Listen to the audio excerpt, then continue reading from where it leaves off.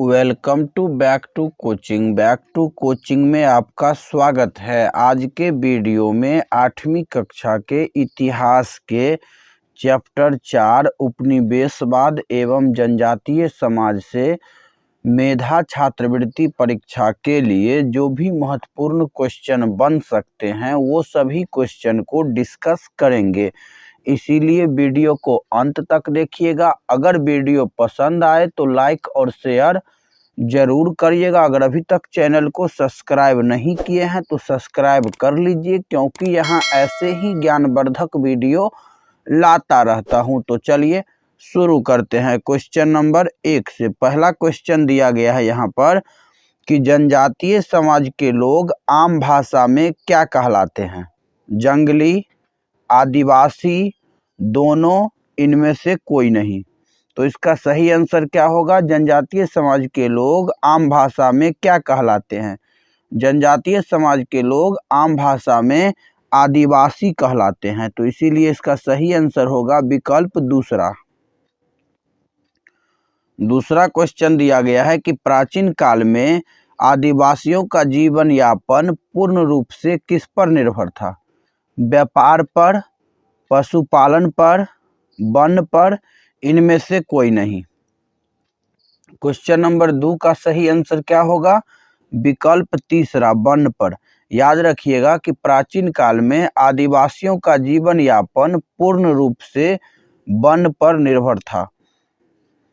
Question number 3 दिया गया है कि झूम खेती किस क्षेत्रों में की जाती है? मैदानी क्षेत्र में, पहाड़ी क्षेत्र में, दोनों क्षेत्रों में, या फिर इनमें से कोई नहीं।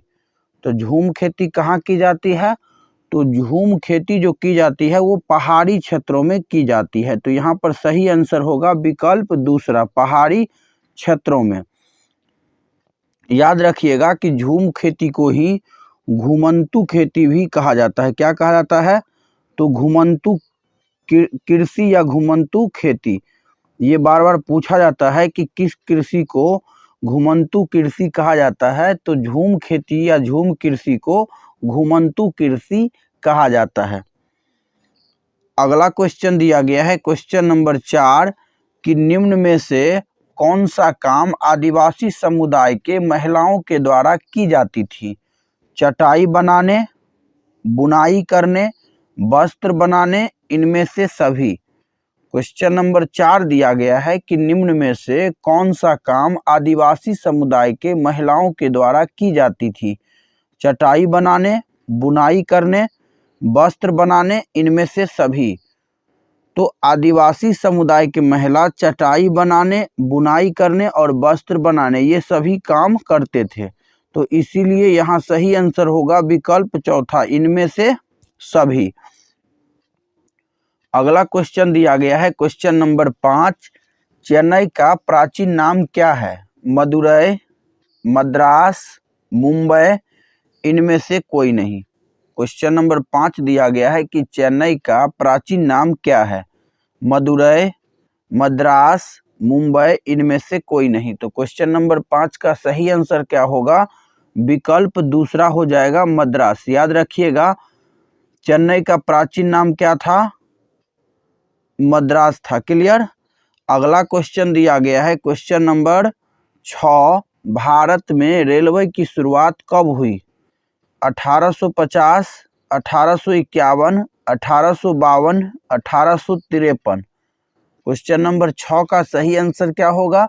तो याद रखिएगा कि भारत में रेलवे का शुरुआत जो किया गया था वो 16 अप्रैल कब किया गया था? तो 16 अप्रैल 1853 ईस्वी को किया गया था। कब किया गया था? 16 अप्रैल 1853। तो यहाँ पर आंसर सही हो जाएगा चौथा। भारत में रेलवे की शुरुआत 1853 ईस्वी को किया गया था।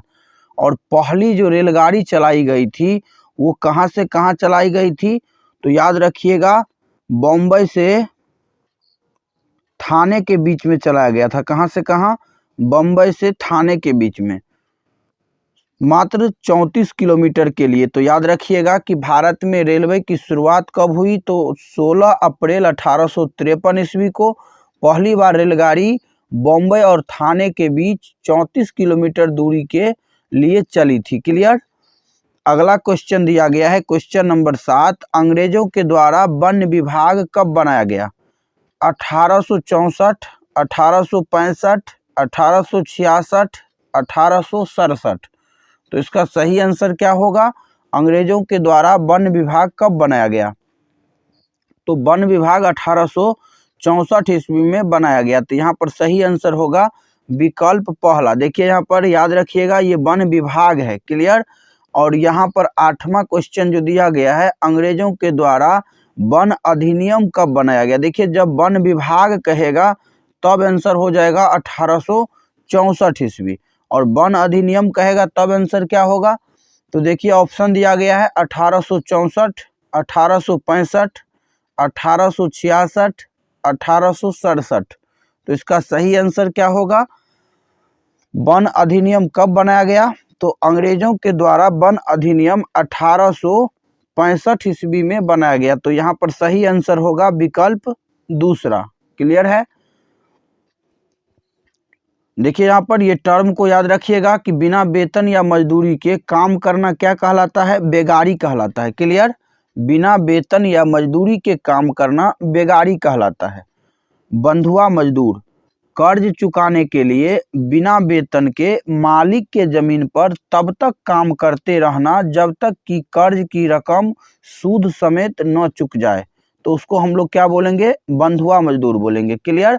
कर्ज चुकाने के लिए बिना वेतन के मालिक के जमीन पर तब तक काम करते रहना जब तक कि कर्ज की रकम सूद समेत न चुक जाए। क्लियर। अगला क्वेश्चन दिया गया है क्वेश्चन नंबर 9, भारत में सबसे बड़ी जनजाति कौन है? संथाल, भील, गोंड, इनमें से कोई नहीं। भारत में सबसे बड़ी जनजाति कौन है? संथाल, भील, गोंड, इनमें से कोई नहीं। तो इसका सही आंसर क्या होगा? क्वेश्चन नंबर 9 का सही आंसर होगा विकल्प तीसरा, गोंड। याद रखिएगा भारत का सबसे बड़ी जनजाति गोंड है। दूसरा सबसे बड़ी अगर पूछा जाए तब क्या हो जाएगा? संथाल होगा। क्लियर। क्वेश्चन नंबर 10 दिया गया है कि कंध जाति का विद्रोह किस राज्य में हुआ था? झारखंड, उड़ीसा, बिहार, इनमें से कोई नहीं। कंध जाति का विद्रोह किस राज्य में हुआ था? झारखंड, उड़ीसा, बिहार, इनमें से कोई नहीं। तो इसका सही आंसर क्या होगा? इसका सही आंसर होगा विकल्प दूसरा, उड़ीसा में। कंध जाति का विद्रोह किस राज्य में हुआ था?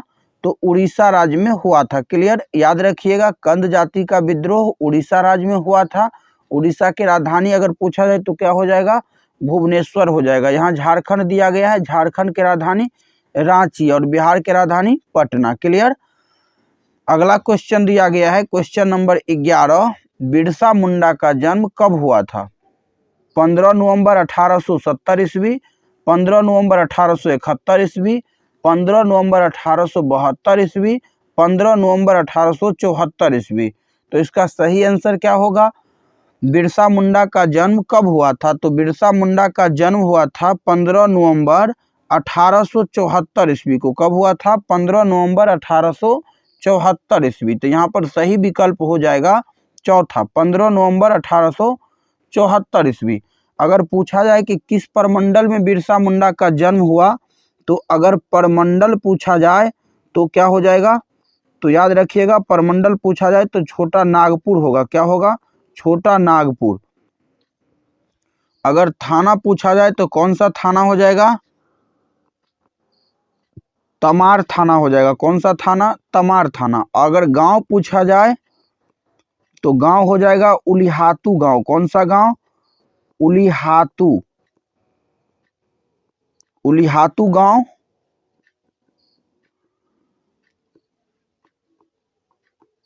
उलिहातू। क्लियर। और अगर पिता का नाम पूछा जाए तो पिता का नाम हो जाएगा सुगना मुंडा। सुगना मुंडा। और अगर माता का नाम पूछा जाए तो माता का नाम था कदमी। क्या नाम था? कदमी। तो इतना क्वेश्चन बिरसा मुंडा से बन सकता है कि बिरसा मुंडा का जन्म कब हुआ था। तो याद रखिएगा कि बिरसा मुंडा का जन्म 15 नवंबर 1874 ईस्वी को छोटा नागपुर प्रमंडल के तमार थाना के उलिहातू गांव में हुआ था। क्लियर। सुगना मुंडा इनके पिता थे और कदमी इनके माता जी थे। क्लियर। अगला क्वेश्चन दिया गया है क्वेश्चन नंबर 12, बिरसा मुंडा की मृत्यु कब हुई थी? 1900 ईस्वी, 1901 ईस्वी, 1902 ईस्वी, 1903 ईस्वी। बिरसा मुंडा की मृत्यु कब हुई थी? तो बिरसा मुंडा की मृत्यु जो हुई थी वो 1900 ईस्वी में हुआ था। कब हुआ था? 1900 ईस्वी में। क्लियर। अगला क्वेश्चन दिया गया है क्वेश्चन नंबर 13, बिरसा मुंडा की मृत्यु किस रोग के कारण हुआ? टीबी, चेचक, हैजा, इनमें से कोई नहीं। तो बिरसा मुंडा की मृत्यु किस रोग के कारण हुआ था बताइए? टीबी दिया गया है, चेचक दिया गया है, हैजा दिया गया है, इनमें से कोई नहीं। तो इसका सही आंसर क्या होगा? इसका सही आंसर होगा विकल्प तीसरा, हैजा। बिरसा मुंडा की मृत्यु हैजा रोग के कारण 1900 ईस्वी में हुआ था। क्लियर। अगला क्वेश्चन दिया गया है क्वेश्चन नंबर 14, नागालैंड राज्य की स्थापना कब हुई? 1962, 1963, 1964, 1965। तो इसका सही आंसर क्या होगा? क्वेश्चन नंबर 14 का नागालैंड राज्य की स्थापना कब हुई? तो नागालैंड राज्य की स्थापना 1 दिसंबर, याद रखिएगा, 1 दिसंबर 1963 ईस्वी को हुआ। कब हुआ? 1 दिसंबर 1963 ईस्वी। तो यहाँ पर सही आंसर होगा विकल्प दूसरा। क्लियर। और आप लोग कमेंट में बताइएगा कि नागालैंड राज्य की राजधानी कहाँ है। अगला क्वेश्चन दिया गया है क्वेश्चन नंबर 15 कि दीकू किसे कहा जाता था? अंग्रेज को, महाजन को, गैर आदिवासी को या फिर आदिवासी को? दीकू किसे कहा जाता था? अंग्रेज को, महाजन को, गैर आदिवासी को या फिर आदिवासी को? तो इसका सही आंसर होगा विकल्प तीसरा, गैर आदिवासी को। दीकू किसे कहा जाता है? तो दीकू जो कहा जाता था वो गैर आदिवासी को दीकू कहा जाता था। क्लियर। अगला क्वेश्चन दिया गया है क्वेश्चन नंबर 16 और ये आज का अंतिम क्वेश्चन है कि झारखंड राज्य किस राज्य के विभाजन के परिणाम स्वरूप बना था? बिहार, बंगाल, उड़ीसा, मध्य प्रदेश। क्वेश्चन नंबर 16 दिया गया है कि झारखंड राज्य किस राज्य के विभाजन के परिणाम स्वरूप बना था? बिहार, बंगाल, उड़ीसा, मध्य प्रदेश। तो इसका सही आंसर क्या होगा? इसका सही आंसर होगा विकल्प पहला, बिहार। याद रखिएगा, झारखंड राज्य की स्थापना जो हुआ था वो बिहार राज्य के विभाजन के फलस्वरूप हुआ था। क्लियर। तो आशा करता हूं कि क्वेश्चन नंबर 1 से लेकर के क्वेश्चन नंबर 16 तक आप सभी को समझ में आया होगा। तो वीडियो कैसा लगा कमेंट में जरूर बताइएगा।